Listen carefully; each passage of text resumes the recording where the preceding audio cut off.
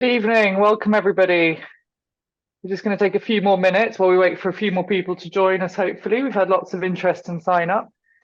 Do put your cameras on if you want to. We'd love to do write in the chat, let us know who you are and where you're joining us from in the world or in the UK, what your background is or why you're interested to be here, because we love to hear all of that, and that's really good news, really good. And we are recording, we are live at the moment as well, so that's just so you're aware of that. And tell us a bit about yourself. We will be watching the chat. We'd love to know where you're from, what your interest is. And if you've got any particular questions, please pop those in the chat too. I'll be recording the questions as we go, and then we'll move to questions and discussions afterwards. I'm in Exeter this evening, down in Devon. It was a lovely, lovely bit earlier, but down at the university currently for a conference down there. So normally based in London. Tim, where are you? I'm in Doha. I'm not on the moon, hence the lack of oxygen. So I used to live and work in Doha, and I'm here transitioning out to Australia for a few days. And I can see a few names there. Max, are you up in East Anglia? Oh, we've got a Max joining us from Switzerland, who's joining the MSc in September. So that's very exciting. Were you put onto it by Sam Zund? Is he one of your colleagues? Just reading through some of the chat. Well, ladies and gentlemen, it is past, and thank you so much for joining us. This is our first summer webinar. These webinars we run for Queen Mary University London through our emergency and resuscitation master's program. And many of you in the room are part of those programs, and many of you, I hope, are interested in joining these programs. It's great pleasure that I get to introduce Chris Bishop. Chris is a colleague at QMUL. He's a clinical research fellow. He's working with our colleagues in trauma sciences to do an absolutely mind-boggling PhD looking at ECMO in trauma. Now, my interest in ECMO goes back for 20 years, and I was just talking to him saying, well, hey, we didn't imagine doing this for trauma. It was all about cardiac shock. So I'm really looking forward to hearing Chris talk. Chris is involved in EAAA. He's involved in their SPEAR program, but tonight he's going to tell us about VA ECMO in trauma. Absolutely cutting edge science. Thank you so much, Chris. Welcome. Thanks very much, Tim, for your really kind introduction. Let me just get it set up and we'll get cracking. Okay, thanks very much, Tim. Thanks very much. And I'm delighted to join you. Thank you very much for your very kind invitation from the faculty at the MSc in Emergency and Resuscitation Medicine, and welcome to all of you from the UK and around the world, as it seems. So we're going to dive right in, looking at VA ECMO in major trauma hemorrhage. So this, apologies for people who have just eaten, or not apologies if you really like this kind of stuff, but this is the most kind of extreme trauma patient that we see, and I'm sure systems around the world are used to seeing this as well as we are. This is not an uncommon occurrence that we see at the Royal London Hospital Emergency Department where I work. And so patients who've had a resuscitative thoracotomy following stabbing, and despite everything that modern medicine, surgery and intensive care can offer these patients, there are a significant proportion of patients who still don't survive, despite everything that we can do for them. And if we look back to the sort of the basic biology of trauma and shock that has been unravelled over the last few years, we know that sort of one of the most preventable causes of death in trauma is sort of bleeding. So major hemorrhage will often lead to shock and coagulopathy. And this coagulopathy of trauma develops almost instantaneously at the point of injury. So as a patient loses blood, they become shocked, their tissues become massively hyperperfused, they become acidotic and cold, feeding this coagulopathy. The shock itself and the burden of tissue injury induces hyperfibrinolysis and factor consumption. So what happens is the patient essentially They don't clot very well. It takes them a long time to form their blood clot. The clot gets broken down very rapidly, and the stability of their blood clots are very, very fragile. All of this sort of feeding more coagulopathy and more shock and inflammation essentially sort of amplifies all of this. And that takes us to our contemporary management of trauma shock. So ideally stopping the bleed, whatever we can do pre-hospital in settings and services where we can. We'll give blood transfusion, so plasma, red cells, component therapy, early TXA, limiting crystalloid administration and using permissive hypotension and restoring that hemostatic competence. So resuscitating the blood. We must think of the blood as an organ as well. So that begs the question, so why are we sort of failing to save a lot of these patients? Well, and from what I've said, and so we're seeing these really severely injured patients. We have great advancements in pre-hospital care and in-hospital trauma resuscitation and surgery. And the trend that we've seen, so we're able to offer pre-hospital emergency anesthesia, blood transfusion at the side of the road, even extreme measures like damage control, resuscitative thoracotomy to get patients' hearts restarted again. So we're seeing a sort of reduction in pre-hospital deaths, but a subsequent increase in their sort of early in-hospital mortality within 3 hours. This is because we're getting patients who didn't really survive to admission before, who have incredibly deranged physiology. We're able to correct their coagulopathy a lot earlier and a lot more efficiently.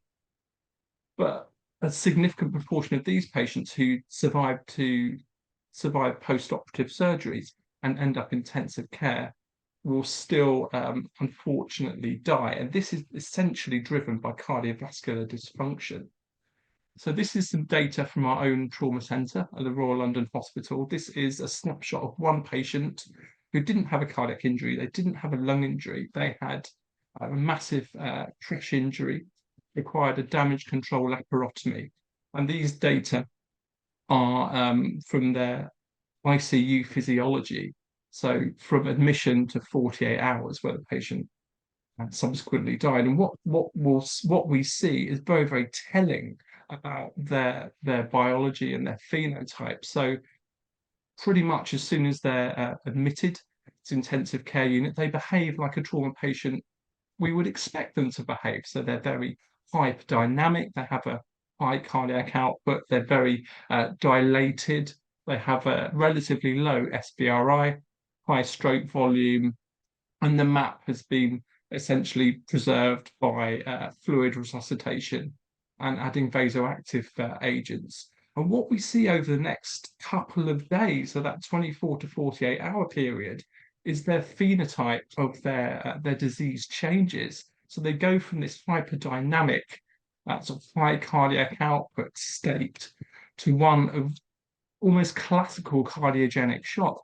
So we see their cardiac output and stroke volume falling, their systemic vascular resistance increasing, their MAP decreasing, and increasing requirements for inopressor therapy. So the trend we're seeing is we start them off on one agent, so noradrenaline, that escalates, then we need to add in things like adrenaline, vasopressin, and run those as infusions, and the patient gets worse and worse and worse. Their ventilation goes off, we can't oxygenate them, we can't remove their CO2, they become really acidotic and in this spiral where we can't rescue them. And this Kaplan-Meier curve, essentially they separate out quite quickly. So patients who don't have cardiovascular dysfunction do a lot better, and the ones that do declare themselves a lot earlier. We're all familiar, those who have a trauma resuscitation interest and professional background, of this lethal triad of trauma death. So hypothermia, coagulopathy, and acidosis. But we increasingly recognise there are another couple of players here. So yes, these are important. So we know from blood loss that's going to make the patient cold and hypothermic. They're coagulopathic, which makes them acidotic, and hypothermia and acidosis worsens a coagulopathy. We're also seeing these patients who have massive transfusions. They have more than 10 units of blood giving to them. Well, we see they become hypocalcemic from that massive transfusion and hyperinflammation. Also hyperkalemia as well. Think of patients with massive such injuries and severe acidemia. So all of these factors lead to an environment where the heart is really struggling, particularly with a hypocalcemic, hyperkalemic, acidotic environment. The heart really does struggle to perform optimally. And we see that clinically and in experimental models. We have shown that there's a specific sort of cardiac physiological derangements which preclude traumatic shock and death from traumatic cardiac arrest, all from myocardial failure. These are from experiments from Jonathan Morrison's group, who does a lot of work with endovascular resuscitation in Maryland in the United States. And what they've shown is that just trauma patients are relatively young, and this is an experimental model, but the same holds true. So the patient is able to hold on to their physiology right up until the point where they declare themselves and fall off that cliff of decompensation. So the map is preserved, as is the coronary flow and coronary perfusion pressure. But once we reach a critical mean arterial pressure of about 20 millimeters of mercury, the coronary perfusion and the coronary flow massively falls, leading to a spiraling decline of cardiac dysfunction. We've shown this in our group as well. So this is some experimental data from a rodent model of traumatic hemorrhage. And we've shown that echocardiographically, these patients have, despite an absence of any cardiac injury, they show a sort of hypo or dyskinetic wall motion abnormality, so that the heart doesn't beat in the normal way with a reduced ejection fraction and cardiac outputs. We see that they, unsurprisingly, they develop a lactatemia. And we show that they have increased biomarkers of myocardial injury. So a specific one we look at, like HFAB-P, so heart fatty acid binding protein, goes up in a linear relationship with the elevation of lactate and we see the decrease in cardiac output and stroke volume. When we resuscitate them with fluid and blood products, we are unable to restore their mean arterial pressure to previous levels, and they end up being euthanasia. So they have this cardiovascular dysfunction, which is driving their multiple organ failure and death. And we're seeing this in patients as well. So to put this all together, what's happening and what's killing our trauma patients? Well, we have this initial hemodynamic instability attributed to preload failure. So you often see this in venous hemorrhage. And patients who have severe arterial trauma, so particularly penetrating injury, we have this loss of the pressure reservoir effect in the elastic aorta. Essentially, the aorta sort of massively sort of reduces its ability to drive coronary artery blood flow. And as I said, we see this, the critical map is probably about 20 milliliters of mercury. Then we get this massive reduction in coronary flow, severe ischemia, cardiac performance. And often this ties in with things that we see on the ECGs that the patient will initially present with the signs tachycardia. As the myocardium becomes more hypoxic and acidotic, that ECG morphology changes. So the QRS complexes broaden, the heart rate slows. And as the myocardium reaches this point of sort of critical hypoxia, this point of no return, the patient becomes asystolic, and at that point they have their traumatic cardiac arrest, and we can't save them. So therefore, future resuscitative therapies need to target this coronary flow and perfusion pressure to prevent that downward spiral of myocardial dysfunction and death. Now we have this this conceptualized framework of other tools that we can offer the patient. So it's endovascular, corporeal resuscitation paradigm, and non-compressible torso hemorrhage, NCTH, is notoriously hard to treat in patients who have thoracic and abdominal trauma. What can we currently offer the patient? So if a patient has a cardiac arrest following this trauma, we can perform a resuscitative thoracotomy. We can get proximal aortic control, either with a fist or a surgical clamp, fill the patient up with blood, intubate them, ventilate them, improve their oxygenation and their metabolic environment, and hopefully we get ROSC. The patient who's in severe shock, we can offer them REBOA, so resuscitative endovascular balloon occlusion of the aorta, a useful hemorrhage control tool, but as we'll see, it's also a potentially sort of a cardiac salvage tool as well. With REBOA, we can perhaps add in flow, so directing blood product flow preferentially down the coronary arteries and to the brain. This technique called SAP, so selective aortic arch perfusion, which may be a bridge to ROSC. And of course, we've got Veno-arterial ECMO, which I'll talk about as a potential salvage strategy as well. These diagrams quite nicely show these endovascular extracorporeal techniques. And zone 1 REBOA is very much sort of superseding sort of zone 3 REBOA as a sort of hemorrhage control tool in the patient with severe non-compressible torso hemorrhage. So the balloon blown up in the sort of descending the thoracic aorta. Essentially, we're sort of preserving the coronary and cerebral blood flow as well. So as well as preventing the patient bleeding to death, this will actually, and the patient has still got cardiac output, we can still maximize their coronary perfusion, hopefully prevent cardiac arrest. SAP is essentially REBOA, but with a system and setup that will be able to deliver novel things, so things like HBOT, so a novel oxygen carrier, or things we have already, so things like fresh whole blood or component therapy, as a bridge to ROSC in somebody who's had a cardiac arrest, or to prevent cardiac arrest in someone in severe trauma shock. And then VA ECMO, so we have essentially 2 large cannulas.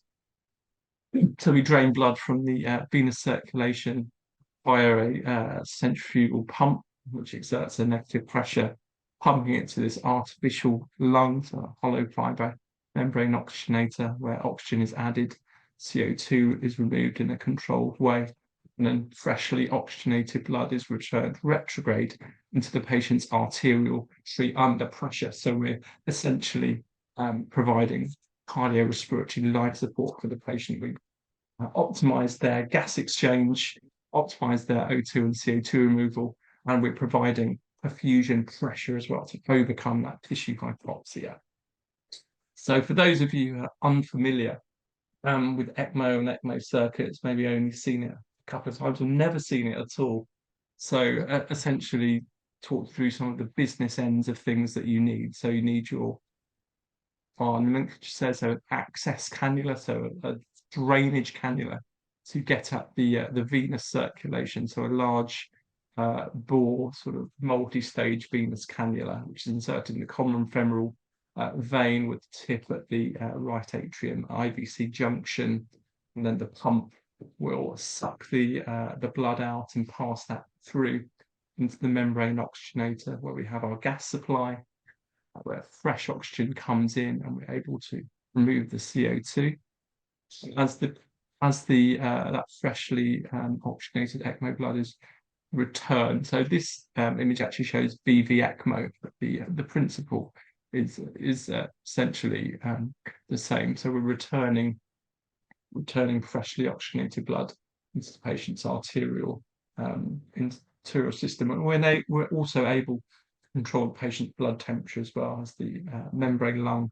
As an integrated heat exchanger, we're able to add a heater cooler unit and attach that to the oxy, so we can warm the patient. So all of these things are able to correct some of this sort of lethal pentagon of trauma. So we'll warm the patient up, ameliorating the hypothermia, restore gas exchange and tissue perfusion to sort of offset the acidosis.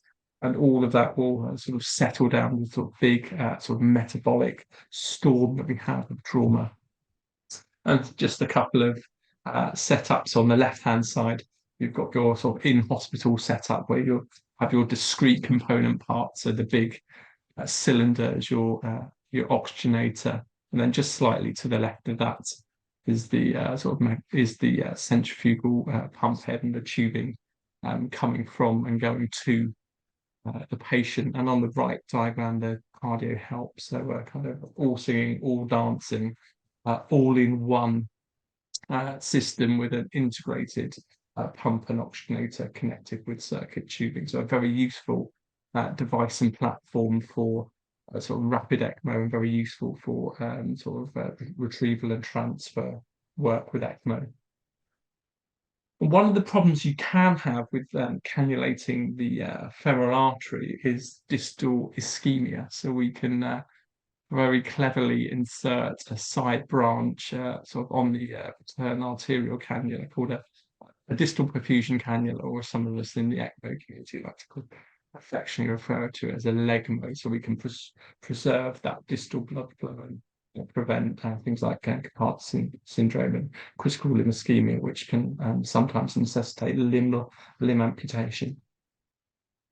Sometimes we need to go even bigger. So we might so typically ECMO, you're going to have two cannulae. You're going to have one draining, one return. But sometimes you need to think a bit outside of the box and sort of address the patient's physiology. So you'll need to perhaps add in an extra return or an extra drainage cannula. In this example, we have VAV ECMO. So this is a patient who was put on ECMO for trauma cardiogenic shock. Their heart recovered, but their lungs took a secondary hit with acute respiratory distress syndrome. So although the heart was recovering and all those sort of markers of cardiac performance and organ perfusion recovering, the patient remained hypoxic. So what we did, well, not we did, but this centre did in this example, and add an extra return line into the venous system. So sort of offsetting that severe hypoxia while letting the heart recover further. So the basics, just to reiterate the basic physiology of VA ECMO, to get your heads around it. So we're draining blood from the right heart via the femoral venous cannula, putting that through the membrane lung, and returning it retrograde. So we get this oxygenation and CO2 renewal, as you do with vena-venous or respiratory ECMO, but we have the addition of being able to provide hemodynamic support. So we improve the tissue perfusion pressure, oxygen delivery to the tissues, so to correct that severe tissue hypoxia, which is driving sort of this downward spiral. And we do have specific complications related to the cannulation configuration. You know, this does present an increase of LV afterload and can distend the left ventricle. I've talked to the problems of limb ischemia and this sort of differential oxygenation one can get. You know, ECMO only works by the virtue of an MDT and well-drilled sort of reverse teams that are used to looking out for these complications and will mitigate them relatively early.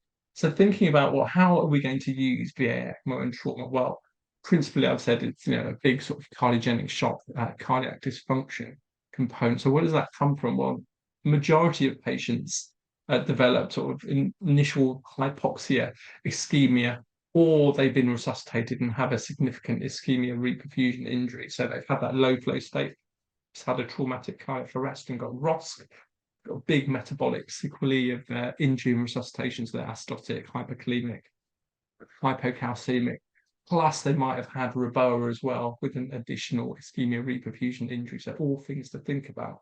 Patients that have had myocardial contusion from blunt chest trauma or penetrating injury where a coronary artery has been ruptured, a valve has been damaged, or there's a big hole in one of the cardiac chambers.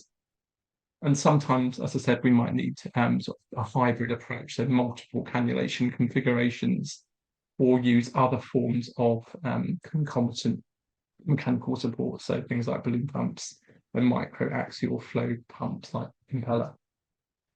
So we had to start somewhere with ECMO in adults, and actually the first patient in an adult was a trauma patient, so a 24-year-old chap who had a massive deceleration injury after coming off his motorcycle, multiple orthopedic fractures. He transected his aorta and developed life-threatening hypoxic respiratory failure. He was dying on ICU. There was no doubt about that. And this the only option was this machine they had in the cupboard, essentially this Ramsden membrane lung. So this very early sort of ECMO device. He was placed on VA ECMO, and within a few days, his lung function recovered, and he was being able to be weaned off. In ECMO circles, we actually say this guy probably survived in spite of being on ECMO, not because of it. What we do see, and those of you that have worked with ECMO and maybe in trauma, maybe not, but certainly in other indications, what you do see is as soon as you put the patient on, they have the very deranged physiology before you put them on, but you're able to correct it very quickly. In experimental trauma models of shock and coagulopathy, in a rat model, the coagulopathy and the acidemia, the hypothermia, is corrected very quickly. And some data from this paper in Resuscitation, published about 15 years ago, shows that the MAP, the vasopressor requirements, the oxygenation and the pH all improves very, very rapidly. And you often see this instantaneously, but certainly over the first couple of hours, you can see it almost almost miraculous transformation in some people. So this very dark blood being drained out, and this lovely freshly oxygenated blood being returned to the patient. But it's not without its problems. So ECMO is not a free lunch by any stretch of the imagination. There are certain complications. So going sort of from a clockwise way from the left-hand side of the screen, so critical limb ischemia, we can offset that to a certain degree with distal perfusion, cannulation. Can get an increase in the left ventricular afterload and can get distension. The patient can develop pulmonary edema and this kind of differential oxygenation. So having a relatively hypoxic upper body and a hypoxic upper body and a hyperoxemic lower body.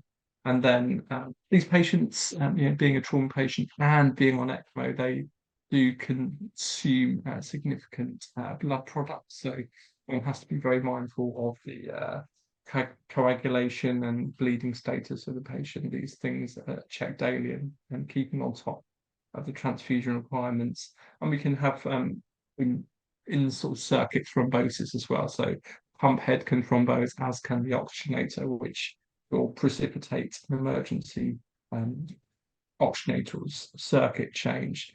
Luckily, these things don't always happen instantaneously, and we see the sort of progressive failure of the ECMO system coming. So we'll often sort of prophylactically change it rather than waiting for disaster at 3 o'clock in the morning. But we must remember, of course, that ECMO is a bridge. We've got a critically ill trauma patient with cardiogenic shock.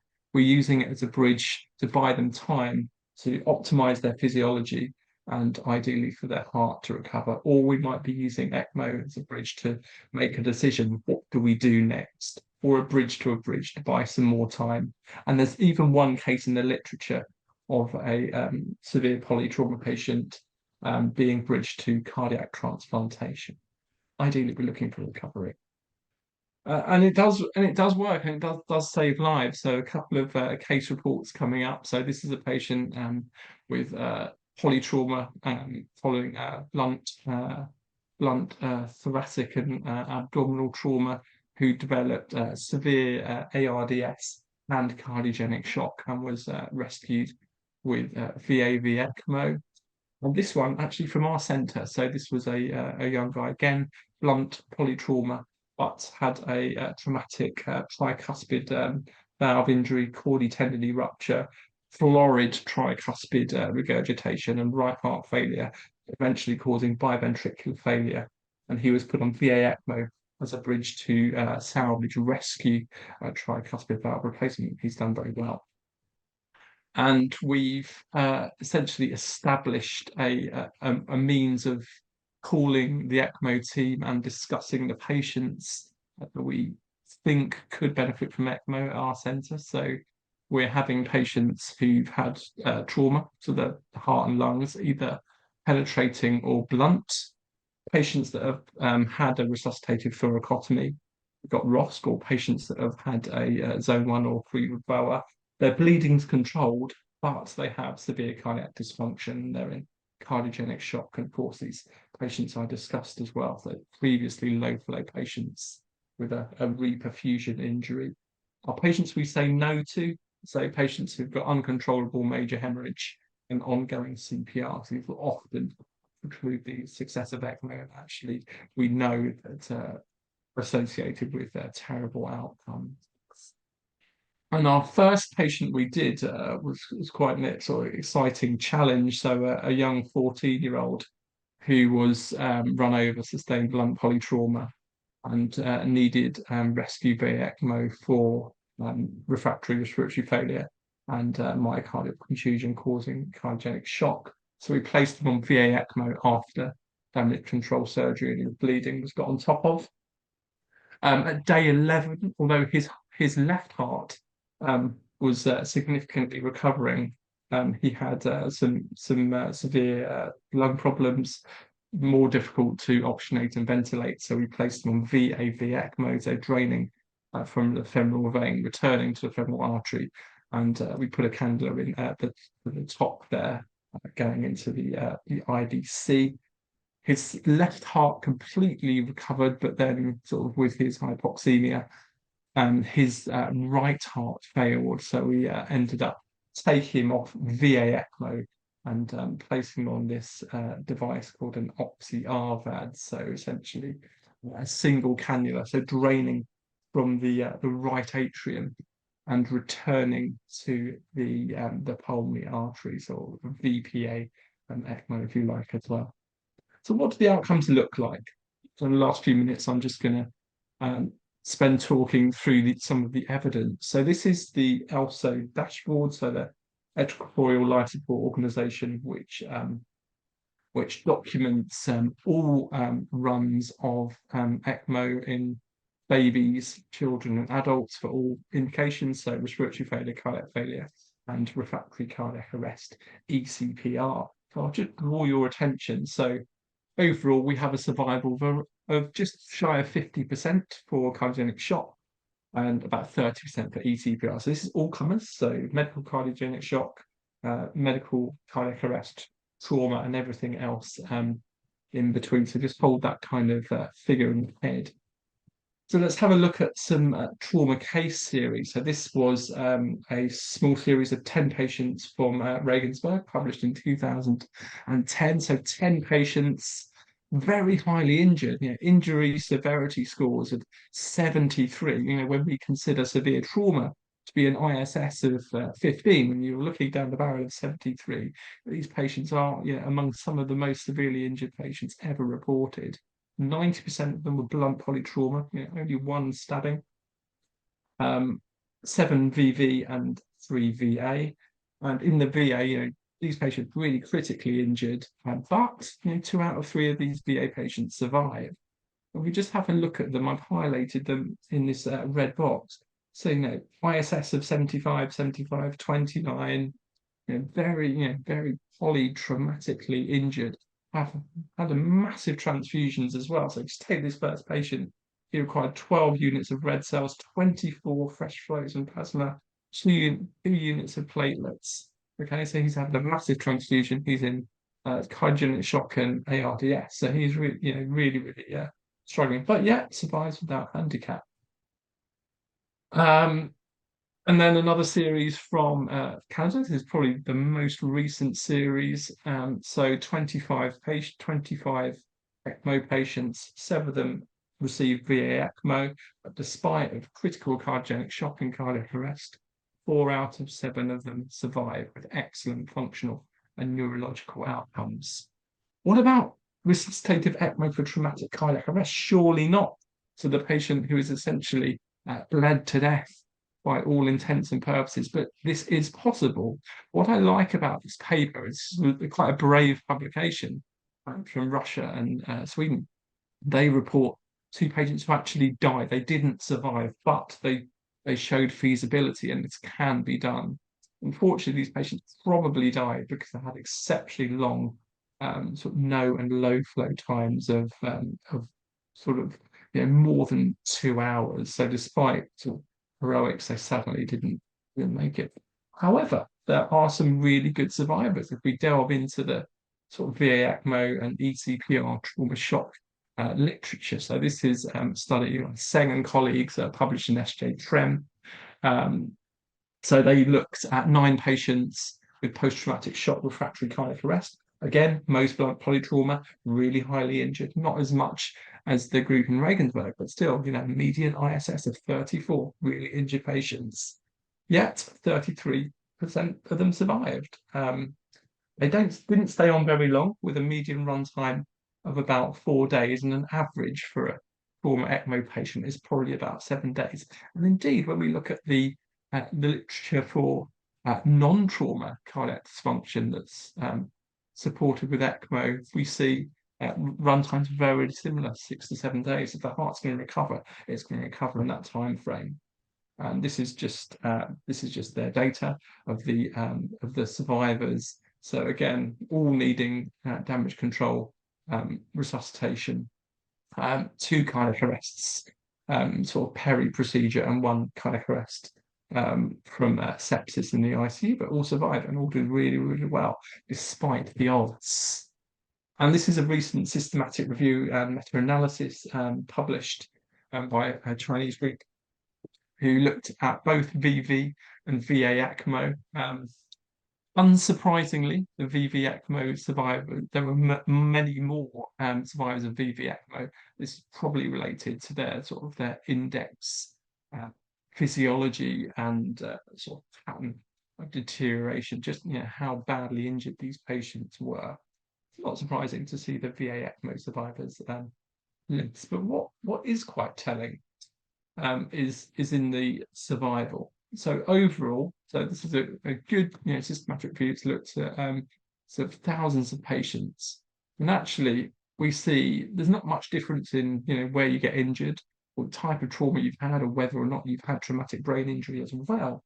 But your survival is about 40% with VA ECMO. So if you've had ECPR or you've had VA ECMO for cardiogenic shock, your survival is about 40%. But we think back to that ELSO dashboard I showed you at the start, which is just shy of 50%. This isn't bad, and actually these represent the most sick, the most physiologically deranged patients you'll ever come across pre-hospital or in hospital. It's exceptionally challenging, and to get survival of circa 40% is pretty incredible. So where are we with VA ECMO? What do we currently understand? What do we need to go? Well, further work is needed to fully characterize the phenotypes of trauma associated cardiogenic shock. We don't really understand the disease yet, who is likely to get it, what their trajectories are, what the risk factors, what their biologics and genomics look like, and how do we rapidly identify those patients in frank cardiogenic shock or at risk of very rapid deterioration following trauma in the pre-hospital phase, in the trauma resuscitation bay, and indeed when they're on ICU. And it's really hard because we haven't got a lot of data to go on internationally. There are only about 240 runs performed to date. So we've got a scant evidence base. We don't, it's very much this based on, yes, we think this is the right thing to do because the patient is dying in front of us and we'll control their bleeding. Trauma physiology And resuscitation is so dynamic and presents many, many unique challenges, which I've spoken to, and indeed you can think of from your learning and practice. Excellent survival is possible, but you've got to be fast. And we know this from cardiogenic shock, from medical causes such as decompensated heart failure and acute myocardial infarction associated cardiogenic shock. There's definitely a time window in which to intervene, but we just don't quite know when it is.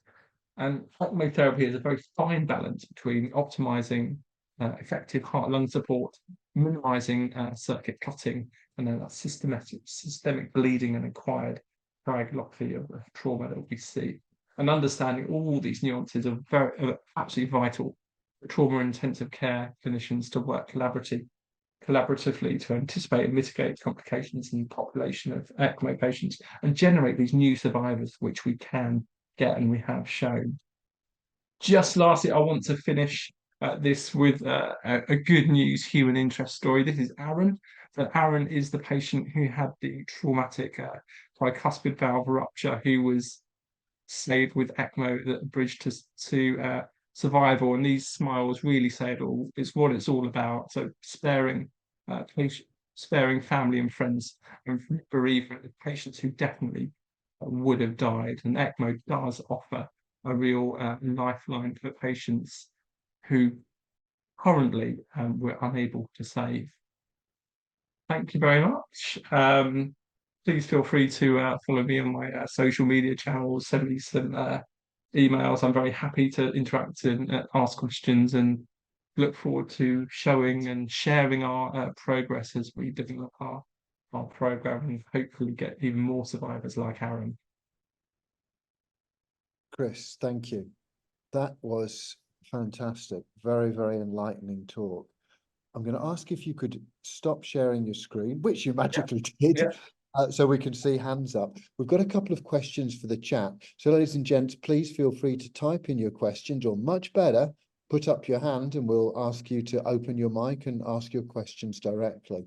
So the first question we've got is from Piat, and I'm sorry if I'm pronouncing your name wrong. How would you approach VA ECMO in someone who had a gunshot wound to the abdomen with possible intra-abdominal injury? Does this preclude this modality? So I guess he's talking about somebody earlier in their trauma history than the patient we focused on during this talk. So not necessarily. I think the really important take home with trauma VA ECMO is you must have controlled the bleeding relatively, so corrected the coagulopathy, and the patient isn't actively exsanguinating, because for ECMO to work you need effective preload to the pump, very much like the heart really. So if you haven't controlled the bleeding, your ECMO circuit won't work. If in this specific setting you're able to do good damage control operation, you've got hold of the coagulopathy and the bleeding is acceptable, and the patient has cardiogenic shocks, severe cardiac dysfunction is what you're using it for, there's no way the patient couldn't receive ECMO unless there are other contraindications like a sort of life-limiting traumatic brain injury. So Chris, have you actually been involved in cases that were done during the initial surgical approach? So patients come into ED, bleeding, needed surgery. During surgery or as a result of their injuries, they've developed cardiorespiratory failure. So bleeding, they're in theatre, they've had a laparotomy or whatever, they've controlled the bleeding. Have you put them on that early? So yeah, all of our patients that we've done, so apart from one, they've all been put on in the operating room, post-damage control surgery. So very, very early. I'm sorry, I'd got the impression Very early. putting them on a little later from the way you described about the evolving cardiovascular phenotype. Yeah. So interestingly, so our Aaron, our survivor, one of us, the chap I showed you, he went on round about 27 hours post admission. So he was, relatively late. And if you look to the trauma ECMO literature, actually the ones that do survive with VA ECMO, they're the ones that are put on within 24 hours. Undoubtedly, there probably are other patients who could benefit sort of later in that clinical course. Again, sort of, working out and defining, their cardiogenic shocks. Because some patients will be able to optimize medically sort of rational iron depressor use and restricting crystalloid, and their heart will get better without needing ECMO. But for those patients that will, it's a tool in the box. And you and I spoke earlier, and we thought, what were you expecting to be asked? And you thought bleeding. Well, the next few questions are bleeding related. So this is a question from Anna. What's the anticoagulation strategy in the patient population? Obviously, heparinizing a patient who is currently or recently bleeding is concerning. So could you talk us through in some detail about your anticoagulation strategies? So let me talk historically. So before we had widespread ECMO in the UK and other countries, patients who had critical cardiovascular, cardiorespiratory failure, we use cardiopulmonary bypass like we do and have done in operating rooms up and down the country, around the world. The big problem with that, of course, is you need a very large dose of heparin. You've got a massive venous cardiotomy reservoir, very large sort of blood gas interfaces, and you need, a lot of heparin, so 300 to 400 international units per kilogram of body weight. So a massive dose of heparin. The machine is huge, so logistically, human factors wise, it's a bit of a nightmare. And it's it's halo procedure. It's high acuity, lower currents, and you can have problems with adequate venous drainage as well. So lots and lots of problems. So that's kind of what we had. And then moving to ECMO, so the technology is so much better now. We've even got these sort of all-in-one devices like CardioHelp, so have very low priming volumes, magnetically levitated centrifugal pumps, which are less injurious to blood, end-to-end sort of synthetic heparin coating. So very much the vogue now is, yes, bear in mind that trauma via ECMO is still quite new in its infancy. The vogue, certainly from looking at the literature and sort of the Germans and the sort of Southeast Asians who've done quite a lot of this, is that if you can get your circuit flows high enough and you've got control of the bleeding, you can get away with no heparin for up to 2 to 3 days. Once all of the trauma coagulopathy and that storm of bleeding has controlled, then you can go in with heparinization. You say high enough. What sort of flow rates are you talking about? So you want at least a flow rate of sort of over 2.5 liters to prevent circuit stasis and thrombosis. Because having the ECMO circuit clot when somebody's ECMO dependent on VA is tantamount to disaster. And the next question is from Matthew. And ladies and gents, if any of you want to follow up your questions, please just pop your hand up. Otherwise, I'll work down the chat. So this is Matthew, who said, similar question to the above. How do you manage the risk of further bleeding in trauma patients? For example, splenic lacerations or repair of vascular injuries. That's a very good point. A number of these are going to need to go back for further procedures. Yeah, absolutely. So, I think what the success of our trauma ECMO program has been in the not only sort of the buying of the hearts and minds I spoke to you privately about, so getting skeptics on board, which is very important, doing it in a safe and measured way, really discussing the patients, all the risks, all the potential benefits. It can be done safely, and all of the patients we've done have needed that further trauma surgery input. So the way it works in our setting is the patient gets put on the Royal London Hospital in Whitechapel, transferred to Barts in the City of London, and trauma surgeons will often go over daily to assess trauma needs. Further operative management can be done while on ECMO as well. So one of the really important parts of daily checking of the ECMO circuit function is doing that sort of bacterial coagulation testing. So whether you're using point of care, so things like TEG and ROTEM, or the more traditional sort of lab-based hemostatic assays. We're still looking at all those things. So what the patient's coagulation needs. Do they need topping up red cells, platelets, FFP? So just like we would in a trauma resuscitation, we're still having those considerations as we go along as well.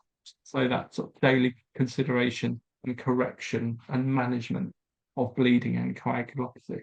And have you seen a circuit clot as a result of repeated interventions? So the first our first patient we did was we had those modality switches, so VA, VAV to the oxy-R valve, sort of venous pulmonary artery ECMO. So he actually needed 3 circuit changes. But we saw, essentially we saw it coming. We saw so what you tend to see is you sort of increase in fibrin degradation products. You see sort of the LDH going up, you see sort of platelet destruction. So all of these things pointing towards that hypercoagulative state, which makes the membrane lung fail. So very much the human lung, so it needs more oxygen. It's very more difficult to remove the CO2. So all done semi-electively. This is not uncommon in ECMO. Forget part trauma. This is a sort of daily occurrence in experienced ECMO centres. So these things we plan for, and as I said, the emergency Hail Mary fresh ECMO circuit change is relatively unusual. And the next question is from Gabriel, and I'm just going to expand this question because you've answered in part. It's what do you anticoagulate with? And I guess particularly, are you using citrates or something that you can collate and reverse quite easily? You've gone to great trouble to explain with high flow rates and heparinized circuits, you may not need to. So what proportion? So unfractionated heparin is still the anticoagulant of choice due to its sort of predictable pharmacodynamics and pharmacokinetics, easily reversible. Patients who develop HIP, so sort of heparin-induced thrombocytopenia, you can utilize your direct thrombin inhibitors like argatroban and divalirudin. And depending on the sort of center you work, your sort of anticoagulation will be titrated sort of anti-10 A or heparin level assays, or using ACTs. And again, it's usually these things are kind of institution specific about what your ECMO intensivist likes. And you're reversing these out of the circuit, i.e. reversal end of circuit before they go back into the patient, or not? Sorry, Tim, I didn't quite get what you're asking. So are you reversing any of this anticoagulation as the blood flows out of the circuit, or not? So essentially, when patients are on anticoagulation, they have a steady state infusion. Because what you have to remember is, as I said right at the end, it's this very fine balance between maintaining your circuit integrity, so you can optimize your cardiorespiratory support, and monitoring for excessive bleeding or excessive anticoagulation. You're very much daily sort of walking that tightrope. And bleeding is not uncommon on ECMO, even in patients who haven't had trauma, because being exposed to an artificial non-endothelialized circuit, you get this. You still will get some formed blood element destruction and breakdown. You do get this sort of acquired von Willebrand like disease as well, but manageable. It's yes, occasionally you do get critical bleedings. That's managed very much like how you would manage a trauma patient. So you restore the volume as rapidly as possible to maintain your ECMO preload and therefore cardiorespiratory support and function, and rationally transfusing the patient to the blood component therapy that they'll need. And the next question is from Ramsey, who says, do you routinely insert DPC at the time of ECMO initiation?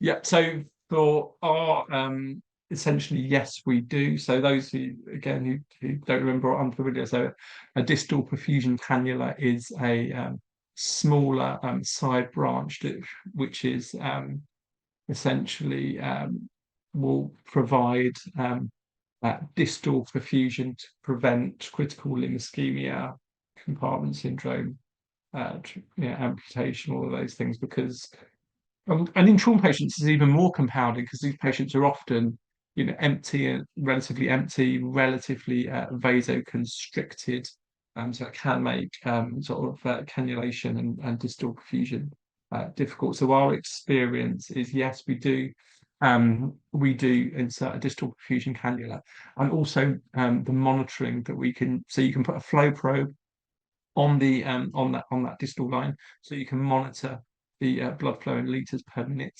via a kind of an extra console, and you can use near infrared spectroscopy. So like one would use in the brain, you can use it on the calves to look at distal perfusion. And then your clinical assessment, of course, so you're looking at capillary refill time. Is there a warm cold line? Is there mottling on the limb?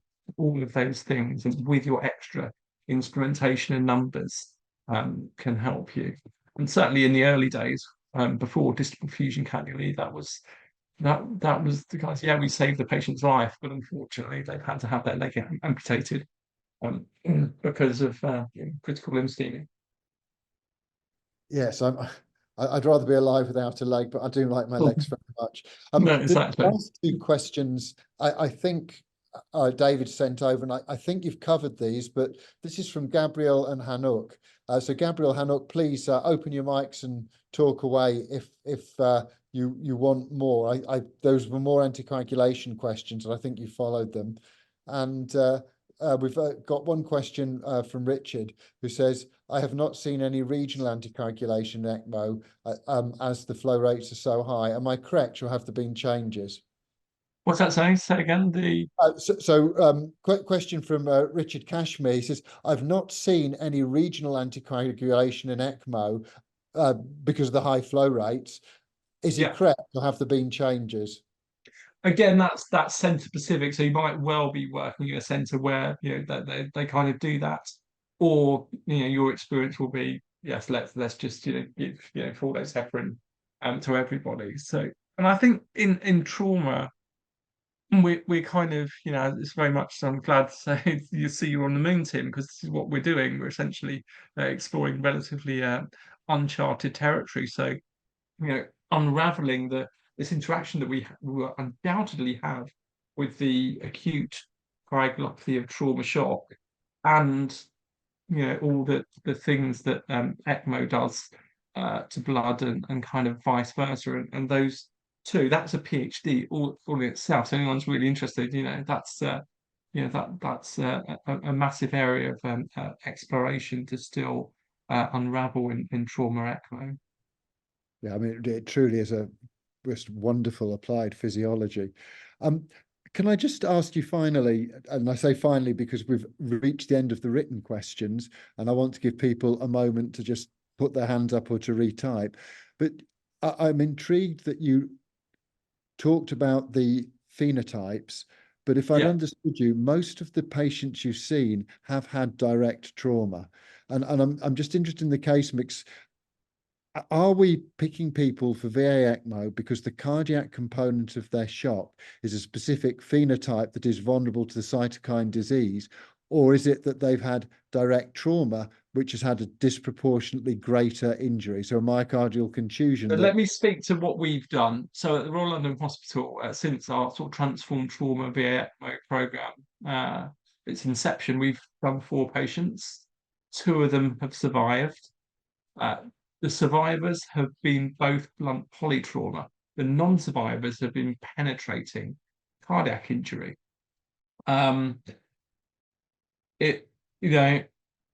It's different. What we certainly have seen is talking to this phenotype. So the patients that develop cardiogenic shock almost develop classical cardiogenic shock. So they have a low cardiac output and low index. They have very high systemic vascular resistance, so driven by that big sort of sympathetic upregulation storm, and also, of course, they're on significant amounts of pressors, often 3 and maxed out.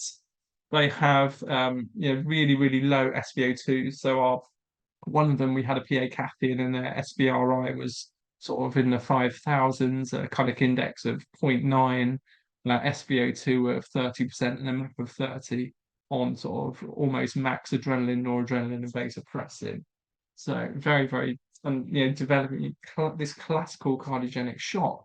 The problem we have is convincing the world it exists, because you talk to many intensivists across the world, and they have a critically ill trauma patient who's hypotensive. Well, they're hypotensive because they're bleeding. Well, not always the case, and it's compounded by the fact that sometimes they have a mixed shock. So they'll certainly have a cardiogenic component with severe myocardial dysfunction and low cardiac output state, but also with a big inflammatory storm, they're probably vasopleged as well. And that's where the PA catheter is really useful. And I know there's certain intensivists who would balk at the idea of putting a PA catheter in somebody who's been critically bleeding. And it really does give us some amazing information, and there's really good data from registries in the US have looked at sort of PA cath and sort of bundled therapy, and patients that have had bundled targeted therapy using a PA catheter and a shock team approach like I've described can have improved survival. And I think we probably will see this in the trauma cardiogenic shock population. So convincing the world it exists, looking for it. So things like emergency department, trauma room, trauma OR, TOE to look for cardiac dysfunction, optimizing the patient early, and looking for those patients who we think are not going to get better, who will eventually end up in this refractory spiral of multiple organ dysfunction. Because you want to intervene with ECMO when they've kind of got this sort of hemodynamic problem. When they're sort of hemodynamic, really metabolically sick, it's when it's really difficult, because that's telling us, well, the patient's in established multiple organ dysfunction syndrome, and they're really difficult to rescue despite what you do.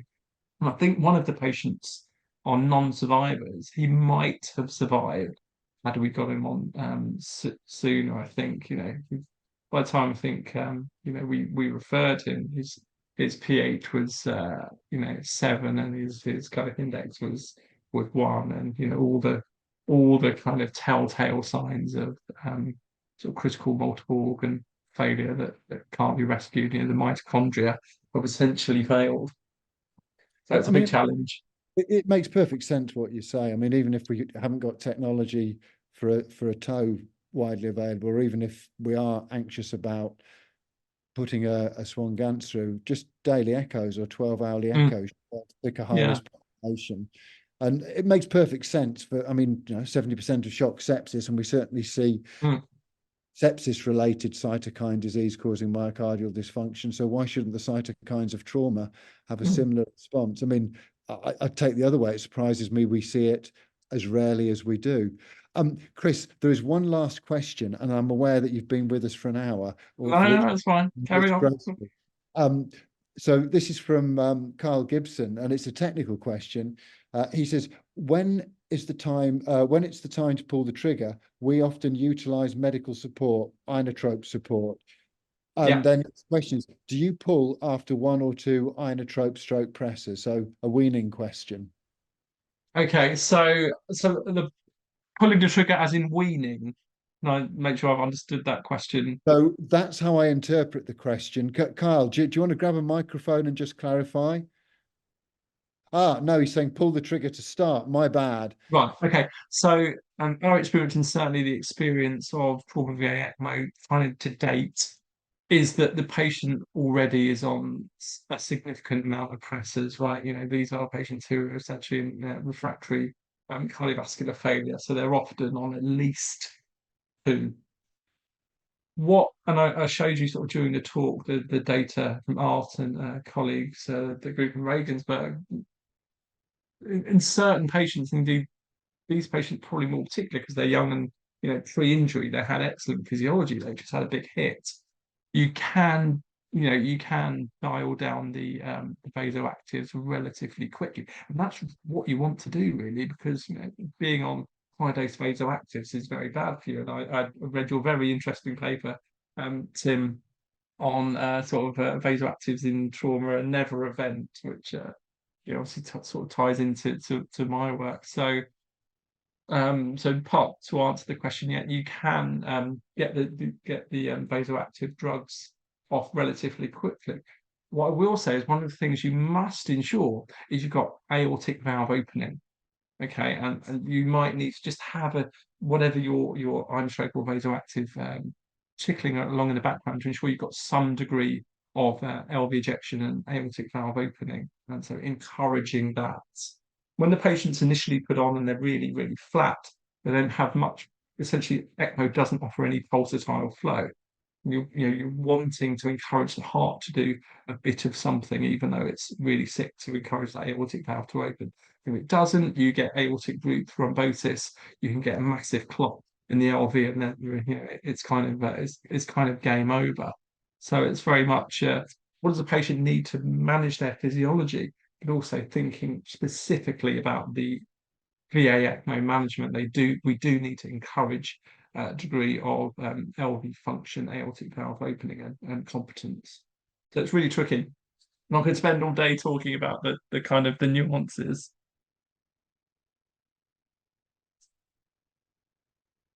You're mute, Tim. Apologies. Noise behind me.